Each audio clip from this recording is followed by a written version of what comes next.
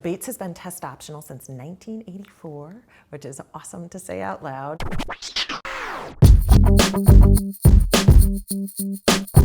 Hi, my name is Leigh Weisenburger, and I'm Dean of Admission and Financial Aid at Bates College in Lewiston, Maine.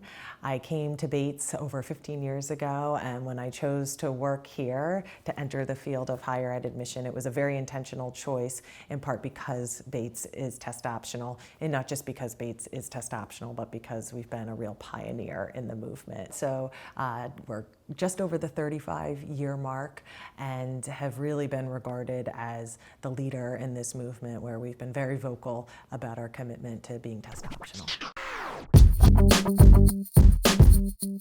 Bates's move to become test optional certainly rooted in the college's overall mission and dedication to access and inclusion. So from our early days, our founding days, really sought to include, ultimately enroll students coming from a whole host of backgrounds, regardless of race, regardless of gender, regardless of religion, regardless of socioeconomics. So as the college has progressed, as the college has evolved, we've sought to find modern day ways in which to keep that mission and commitment to access and inclusion alive and well. 35 plus years ago, test optional was on the table to say, as we looked at our admission policies, our admission practice, how could we remove barriers? How could we make this a more accessible process to all students? How could we provide a Bates education to students from more backgrounds, from diverse backgrounds, and give them that access? And the admission officers at the time, the admission dean at the time, and then ultimately with the support of the faculty and the entire college,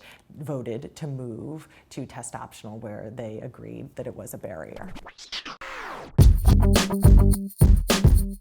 If you're coming from an institution or you currently work at a college or a university where you've long required standardized testing, this is going to feel like a whole new world, and it's certainly going to rock the boat a little bit. So I recognize that there are likely to be challenges.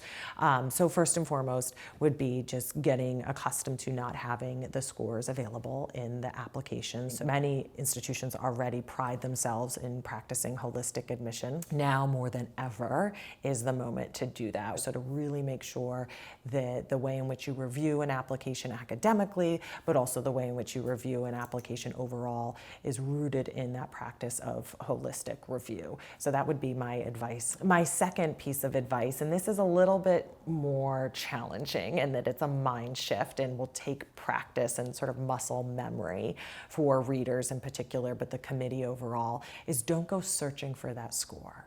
Don't go searching for something to replace that score. Rather say, these are the materials that the student submitted. This is what I have to review as the application in its entirety. Value that, celebrate that, and discover all that you can about the student, not going into it with sort of this deficit mindset of, oh, we don't have that number. Lift up and away from that, and not go searching for the score. So do the homework to work closely with your colleagues in admission, work closely with your communications office, whatever it might be termed on your campus, to figure out how to best articulate your policy clearly and succinctly, and to be singing the same song from your website to your print materials, if you still have them, to whatever your colleagues are saying in open sessions when speaking about the application requirements. You want to make sure that that is seamless and that it is tight. I would practice with your colleagues, so that I think about particularly some of the newer professionals that you might have in your office, if really pressed by a student or really pressed by a family where they're skeptical and trying to understand, so are you truly test optional? Are you sure you're not going to penalize my student when applying? That they've practiced that, so that there's a level of comfort and really relieving those students, those families, of those fears or those worries, so that they can proceed confidently through the process, but also that the staff member, that colleague feels like they've done their homework and they can say with certainty what the policy is. Colleges and universities have joined the movement and become test optional. For many colleges, they're doing this in a pilot way, so that they might be test optional for this coming cycle, maybe 2 years, 3 years, or TBD, but it's not necessarily a permanent admission policy at a number of colleges. And I respect that, I can appreciate that. We're all having to make decisions in a pretty quick way these days. And so to get out there with this year's admission cycle already underway, saying we're test optional, I can understand why many places are doing it in this pilot format. However, I would encourage you, as you move through this admission cycle and begin the actual review process, begin your committees, finalize your selection, that at every juncture you really think about the impact of being test optional, both for the applicants that are coming into your funnel, your admission funnel, and then the students that ultimately enroll, and do the analysis, keep the data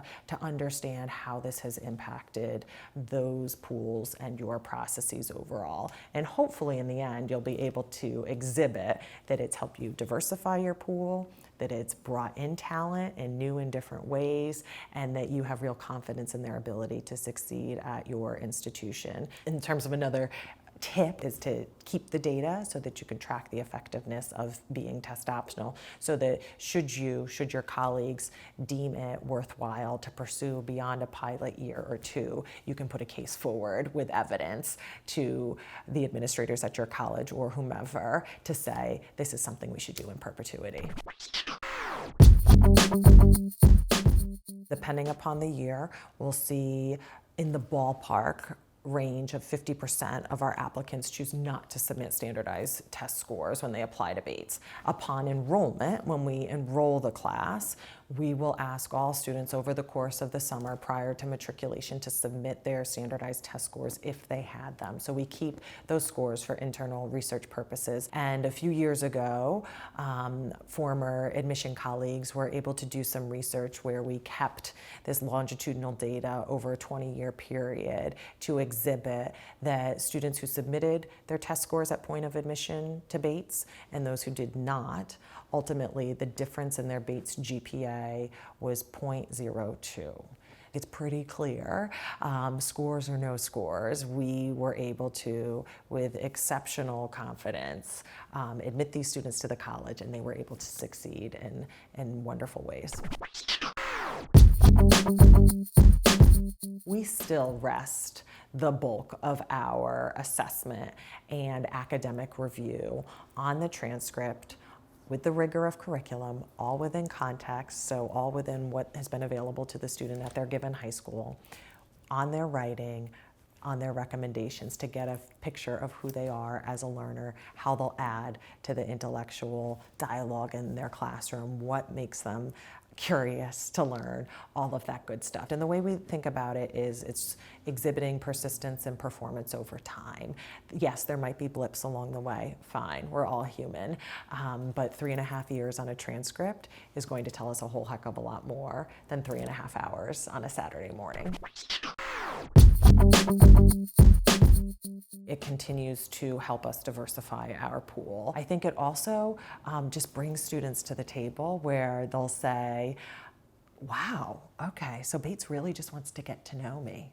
That it just lets students breathe a little bit easier, drop their shoulders to know, okay, that's one thing I don't have to think about or spend much time and energy on when focusing on Bates. So having test optional admission at Bates has enabled us to diversify our pool for certain. In fact, with this most recent class, so the class of 2024, we saw that the majority of our female applicants, the majority of our African American applicants, the majority of our Latinx applicants, and the majority of our first generation to college applicants utilize the test optional selection. So that exhibits to us clearly with hard data that by being test optional, we were able to open more doors and diversify our applicant pool.